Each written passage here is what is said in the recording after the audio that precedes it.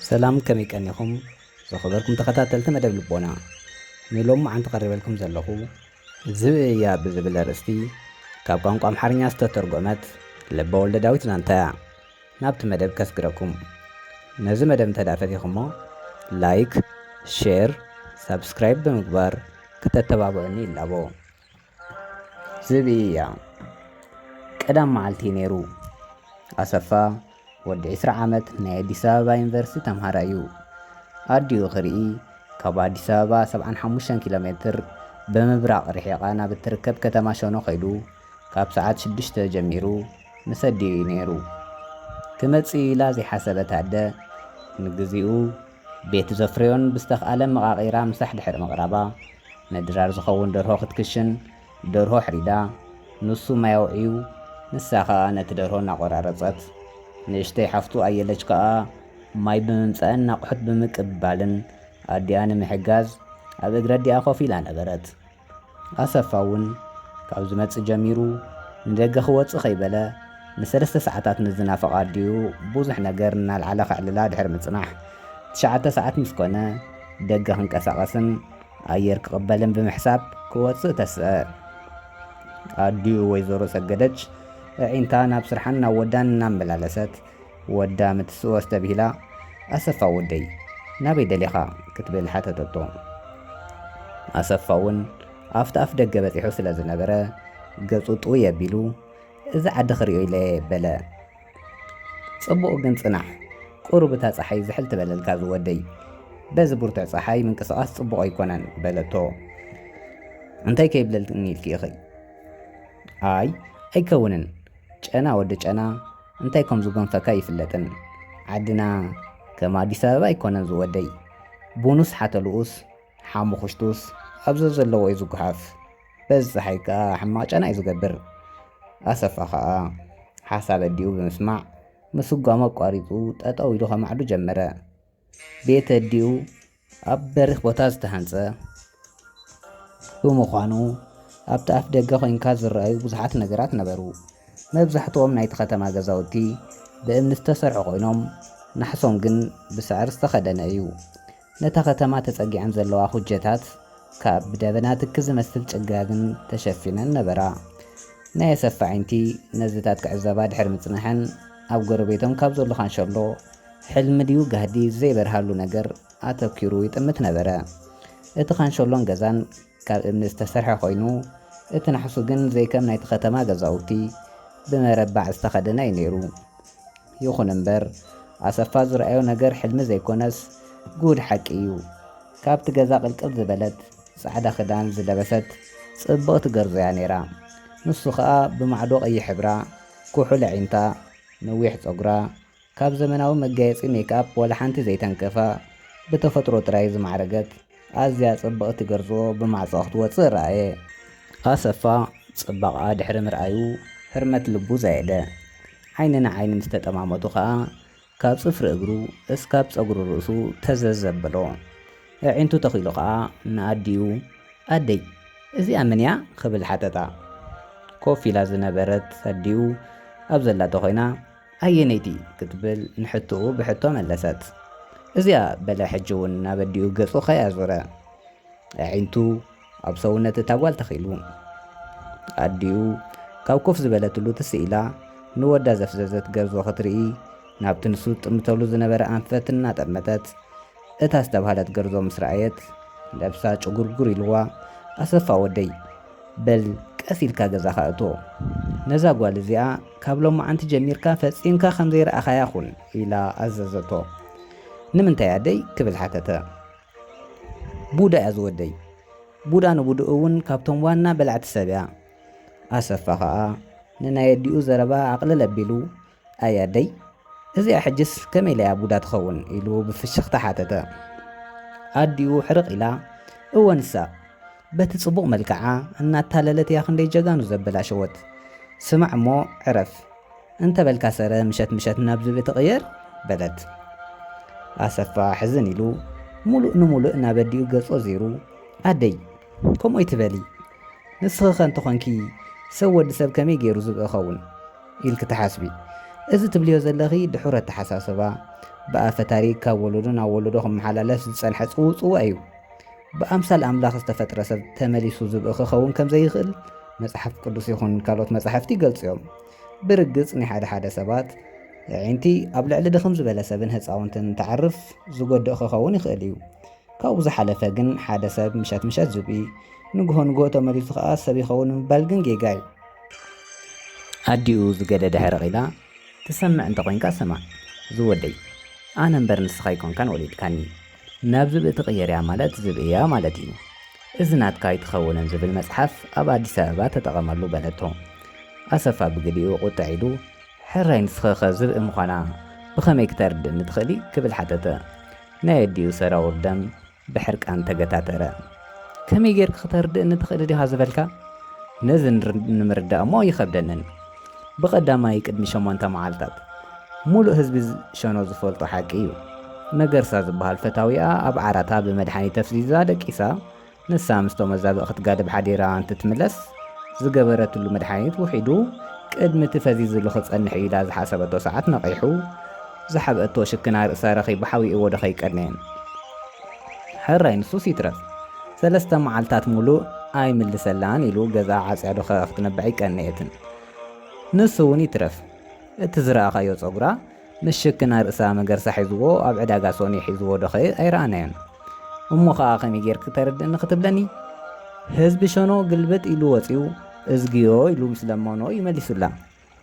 ኣተየለች በልስከ ንሓውክ ንገርዮ ናይ ወይኒ ጸጉሪ ኣብ ኢድ መገርሳ ይረኣኸዮን?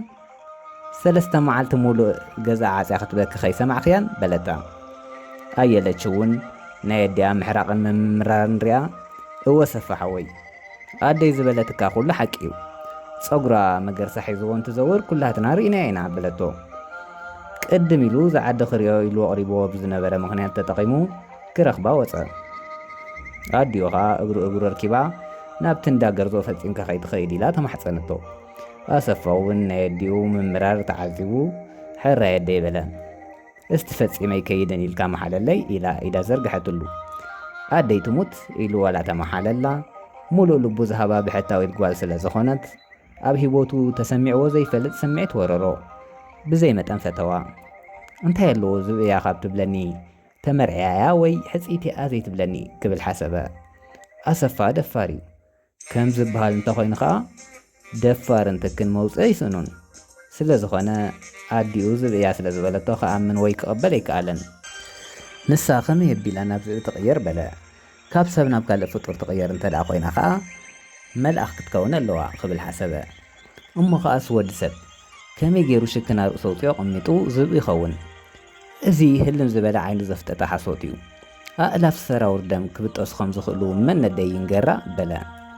ንሶም ግን ልክዕ ከም ቆባዕ ሓሲቦም ካብ ርእሰ ውሪድካ ከም ዝቕመጥ እዮም ዘውሩ እዩ። እንተኾነ ኩሉ ዝብልዎ ጠቕሊልካ ሓሶት እዩ ምባል እውን ይኸብድ እዩ። እቲ መገርሳ ዝተባሃለ ሰብ ስማ ምጽላሙ ዘጠራጥር ኣይኮነን። ኣጸሊምዋ እዩ። ወዲ ለማኒት ሕጂ እኮ እምቢላቶ እዩ ዝኸውን። ሓቂያ ከመይ ጌራ ክሕራይ ክትብሎ? እቲ ሽሙ እኳስ ደሰ ይብልን። ሓደ ሰባት ከምኡ እዮም። ነውሮን ክሓውኡ ክብሉ ስም ሰብ የጸልሙ። ክስቶ ንክስቶ ንምንታይ ገዲፍከያ እንትበሃሉ ኣይ ዝሓወይ ንሳኮ ከምዚያ ኢሎም ዘይኮነቶን ዘይወዓለቶን የሰክመዋ። መገርሳ እውን ከምኡ ዝገብር ዘሎ በለ። ንዓ ሓቲተ እንተዝፈልጥ ክንደይ ደስ መበለኒ። እንተኾነ ኣደይ ከይከይድ ኣምሒላትኒ እያ። ኣደይ ከይከይድ ዘምሐለትኒ ዝብኢ እያ እሞ ወደይ ከይትበልዐለ ኢላ እያ። ኣየ ኣደይ በለ። ዝኾነ ኮይኑ ኣነ ወዲ ሰብ ዝብኢ ከምዘይኸውን እዛ ጓል እውን ዝብኢ ከምዘይኮነት ይፈልጥ እየ። እንታይ ኣለዎ ደኣ እንትኸድኩ? ኣምላኸይ በጃኻ ሓግዘኒ። ዋላ ሎሚ ሓንቲ ግዜ ስዒመያ ጽባሕ ንግሆ ክናሳሐየ ሕራይ ንዓኻ ሰፍቂደካ ኣለኹ። ንኣደይከ እንታይ ለየ ክኸይድ ይትረፍ ከይደስ ናብኡ ገጸይ እንተዙረ ብኣውያት መሬት ሓንቲ ክትገብራ እያ። ምሸት እወ ምሸት በለ ዓው ኢሉ። ምሸት ኩላትና ምስ ደቀስና ንበርሀ ሕልፍኝ ክፈተለ ኢለ ምስኣ ሓዲረ ንግሆ ብንግህኡ ኣደይ ከይረኣየትኒ ኣብ ገዛ ከም ዝሓደርኩ ተመሊሰ ክድቅስ እየ። ንበርሀ ሕጂ ኸይደ ንገራ ዶ ክብሎ? በርሀ እውን ከም በዓል ኣደይ ዝብእያ ዝኾነ ነገር ኣይነግራን ዶ ይብለኒ ኸውን? ግን መቑሽሽ እንተሂበዮ ኣይኣብየንን በለ። ናብ በርሀ ኸይደ ከዓ መቑሽሽ ሂቡ ክገብሮ ዘለዎ ኩሉ ነገሮ። መደባቱ ከዓ ካብ መጀመርያ እስካብ መወዳእታ ሰርዐ። ድራር በሊዖም ምስ ደቀሱ ወይዘሮ ሰገደች ወደይ ከዳዲነ ደቂሰዮ ኢላ ጸሎታ ኣዕሪጋ ጎና ምስ ዕረፈት ኣሰፋ ንመደቀሲ ዝኸውን 10 ደቂቕ ጥራይ ሂቡ ናብ እንዳ ወይኒ ርጋጽ እግሪ ከየስምዐ ምሉቕ ኢሉ ኸደ። ወይኒ ከዓ ዝሐሸ ዝበለቶ ክዳውንቲ ተኸዲና ኣብ ጥቓ ዓረታ ጸንሐቶ። ኣንተዎ ምስ ረኣኹኺ ንበህረ ሰዲደልኪ ናይ ብሓቂ እየ ዝብለኪ ዘለኹ ሕራይ ትብልዮ ይመስለኒ ነይሩ በለ። ኣነ ዋላ ኣንተ ወዲኻ ካብ ደገ ንውሽጢ ምስ እተወትካ ንኻልኣይ ግዜ ዝርኤካ ይመስለኒ ነይሩ በለቶ። ብዙሕ የዕለሉን ሓሳብ ልቦም ሰሚሩ ጎኒ ንጎኒ ኮይኖም ክስዕማ ክትስዕሞ ድሕሪ ምጽናሕ ክዕልሉ ጀመሩ። ድሕሪ ቁሩብ ከዓ ፋኑሶም ኣጥፊኦም ደቀሱ። ኣሰፋ ይጸንሐን ቀልጢፉ ድቃስ ወሰዶ። ንወይኒ ኣብ ኢዱ ኣተርእሱ ኣብ ሕልሙ ብፍስሓን ሓጎስን ተመሊኡ ኣብ ብዙሕ ቦታታት ኣብ ብዙሓት ሃገራት ይንቀሳቐስ ነበረ። ልክዕ ሰዓት 11 ናይ ወጋሕታ ቆሪርዎ ካብ ድቃሱ ተበራበረ። ብዘይ ምኽንያት ኣይነበረን ዝቆረሮ። ሕልሙ ባህጉ ኣፍቃሪቱ ወይኒ ኣብ ጎኖ ይነበረትን። ኣዲኡ ዝበለቶ ነገር ዘከረ። ዝብእያ ብጥርጣረን ፍርሕን ረዓደ። ፍርሕን ቁርን ተደማሚሮም ከም ዓሶ ዝሓዞ ሰብ ተንቀጥቀጠ። ብዝንቅጥቀጦ ጻብዕቱ ዳህሲሱ ክርቢት ረኸበ። ነታ ፋኑስ ከዓ ወላዓ። እታ ፋኑስ ነቲ ጸልማት ምስ ኣለየትሉ ከዓ ንወይኒ ክደልያ ፈተነ። እንተኾነ ኣብ ውሽጢ እቲ ክፍለ ይነበረትን። ብቕልጡፍ ናብቲ ማዕጾ ጠመተ። ሰጋጥ ተኸፊቱ ንእሽተይ ክፍት ኢሉ ነበረ። ንኣሰፋ እዚ ጥራይ ኣኸሎ ኣደቂሳትኒ ናበዛ በኣ ኸይዳ በለ። ክዳውንቱ ብቕልጡፍ ለባቢሱ ንገዝኡ ክጎይ ሓሰበ። ስሪኡ ምሸት ኣውፂኡ ካብ ዘቐመጠሉ ወንበር ከልዕል ዝውር ኢሉ ኢዱ ሰደደ። ኣብኡ ብዝረኣዮ ነገር ከዓ ኳሬንቲ ከም ዝጨበጠ ሰብ ተዘዘቢልዎ ካብቲ ዓራት ነጢሩ በቲ ሓደ ክፍሊ መሬት ወደቐ። ኣብ ልዕሊ ስሪኡ ናይ ወይኒ ፀጉሪ ተቐሚጡ ነበረ። ቁሪ ፍርሕን ስምባደን ወረርዎ። ቀስ ኢሉ ተስቲኡ ከዓ ርሃፁ እናንጠብጠበ ናብቲ መንደቕ ተጸጊዑ ጠጠው በለ። ኣብ ዙሪኡ ኩሉ ኣዛብእ ዝሕሸኽሽኹ ዘለዉ ኮይኑ ተሰምዖ። ክንበልዖ ኢና ንብልዓዮ። ኣብዚ ስምዒት እዚ ብዙሕ ከይጸንሐ እቲ ማዕጾ ክኽፈት ተሰምዖ። ሓደ ምስሊ ከዓ ብቐጥታ ናብቲ ገዛ ኣተወ። ኣሰፋ ከዓ ነቲ ምስሊ ኣተኪሩ ጠመቶ። እቲ ምስሊ ናይ ወይኒ እዩ ዝመስል። እወ ኣፍንጫኣ፣ ከንፈራ፣ ዒንታ፣ ቁሞታ፣ ሽምጣ ኩሉ ናይ ወይኒ እዩ ነይሩ። ይኹን እምበር ርእሳ ልኻይ ዝገበረ ሓምሓም እዩ ዝመስል ነይሩ። ዋላ ሓንቲ ፀጉሪ ይነበሮን። እቲ ምስሊ ቀስ እናበለ ናብ ኣሰፋ ተጸግዐ። ኣሰፋ ብፍርሒ ወጨጨ። ኣይትጸግዕኒ ኣይትጸግዕኒ ኡይ ክብል እየ በለ። እቲ ምስሊ ፈኸራ ፈሪሑ ከይተዳህለ ሕጂ እውን እናቐረበ ንምንታይ ክብል ሓተተ። ኣሰፋ ሕጂ ኸኣ እቲ ድምፂ ናይ መን ምዃኑ ኣለለዮ። ዝብእ ዲኺ ኣደይ ብዛዕባ ክዝበለትኒ ኩሉ ሓቂ ድዩ? ኣይትጸግዕኒ ኣይትጸግዕኒ ይብለከ ኣለኹ በላ። ወይኒ ድሕሪዚ ተመሊሳ ናብ ዓራታ እናተሳለየት ከይዳ ብእግሪ ገጽ ኮፍ በለት። ሽዑ ንሽዑ ንብዓት ብምዕጉርታ ክወርዱ ጀመሩ። ንእሽተይ ስቕ ኢላ እናበኸየት ድሕሪ ምጽናሕ ኣሰፋ ንስኻ እውን ከም ሰብካ ዝብኢ ኢኺ ኢልካኒ? እንታይ ደኣ ለይቲ ኣብ ሕቑፈኻ ከለኹ መጽሓፍ ቅዱስ ይኹን ሳይንስ ሰብ ዝብኢ ይኸውንን እዩ ዝብል ዝኾነ ሰብ ዝብኢ እንተበለክ ዋላ ኣነ ግን ፍጹም ኣይብለክን እየ ዶ ይበልካንን? ሕጂ ደኣ እንታይ ኮንካ በለቶ። እወ ብርግጽ ለይቲ ከምኡ ኢለክ ነይረ። እንተኾነ ምርኣይ ምእማን እዩ። ሕጂ ብዓይነ እየ ርእየኪ ዝብኢ ኢኺ ካብ ልባ እናበኸየት ኣይኮንኩን ኣሰፍየ ኣይኮንኩም በለት። ብኸመይ ኢኺ ዘይኮንኪ? ሕራይ እንታይ እዩ ዝርእስኺ? ፀጉርኺ ኸ እንታይ ኮይኑ መሊቑ በላ። ሕጂ ኸበይ ነርኪ? ወይኒ ቅንዕ ኢላ ንብዓታ ሓባቢሳ ሕራይ ስምዓኒ ኣበይ ከም ዝነበርኩ ፀጉረይ ብኸመይ ከም ዝመለቖን ክነግረካ በለቶ።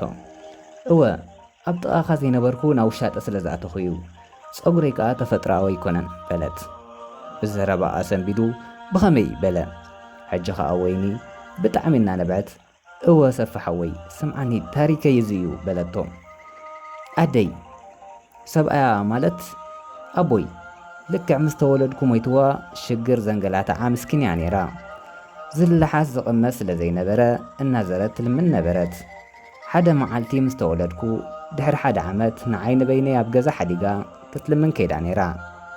ለካ ኣነ ኣብ ደቀስ ኩሉ ንእዲ ርሕቕ ኢሉ ዝተደጐለ ሓዊ ነይሩ ተንከባሊለ ወዲቐ ርእሰይ ሙሉእ ተጠቢሰ። ብገዛና ዝሓልፍ ሓደ ሰብኣይ ኣብ ወያተይ ሰሚዑ እንተዘየድሕነኒ ነዲዳ ክተርፍ ነይረ። ብድሕሪኡ ኣደይ ብቐጥታ ካብቲ ዓዲ ሒዛትኒ ንኣዲስ ኣበባ ኸደት። ኣብኡ እናለመነት ንብዙሓት ሓኻይም ርእሰ የርኤቶም። ኩሎም ከዓ እዚ ጠቕሊሉ ተቓጺሉ እዩ፣ ፈጺሙ ጸጉሪ ዝበሃል ከበቁሎ ይኽእልን በልዋ። ንሳ ከዓ ብዘይ መጠን ትፈትወኒ ስለ ዝነበረት ኣብ መወዳእታ ንዝኸደቶ ሓኪም እናበኸየት ኣብ እግሩ ወዲቓ ምስ ለመነቶ ምስ ዓበየት ናበይ ሒዝክያ ንዕበላ። ኣደይ ከዓ ከይረሓቐት ኣብቲ እንዳ ሓኪም ከም ሰራሕተኛ ተቖፂራ ክትነብር ጀመረት። ብጀካ ንርእሰይ ካልእ ኣካለይ ሓዊ ስለ ዘይተንከፈኒ ርእሰይ ብሻሽ እናሸፈንኩ ዓበኹ። ኣብ መበል 15 ዓመተይካ እቲ ሓኪም ነደይ ብዝሃባ ተስፋ መሰረት እዚ ጸጉሪ እዚ ኣምፂኡ ሃበኒ። ኣነ ከዓ ምሸት ድቅስ ከለኹ ከይሰባበረኒ ኢለ ኣምሊቖየ ዝድቅስ በለቶ። ኣሰፋ ብዘይ መጠን ሓዘነ። ፋኑስ ተጸጊዑ ነቲ ጸጉሪ ረኣዮ። ናይ ብሓቂ ከዓ ብሰብ ዝተጎንጎነ ኣርተፊሻል ጸጉሪ ኮይኑ ጸንሖ። ፋኑስ ናብ ርእሳ ቀሪቡ ከዓ ንርእሳ ረኣዮ። ሙሉእ ርእሳ ከዓ በሰላ ዝመልአ ነበረ። ብስምዒት ከዓ ምሬሩ በኸየ። ይቕረበለይ ወይኒ ክብል ሕሹኽ በለ። ይቕረ ይኹንካ በለት ወይኒ ብግድያ። ኣብ ደረቱ ተጸጊዑ ከዓ ኣጥቢቑ ሓቖፋ። ዛንታ ታገርዞ ነቲ ዝሰማዕኹምዎ ይመስል ነይሩ።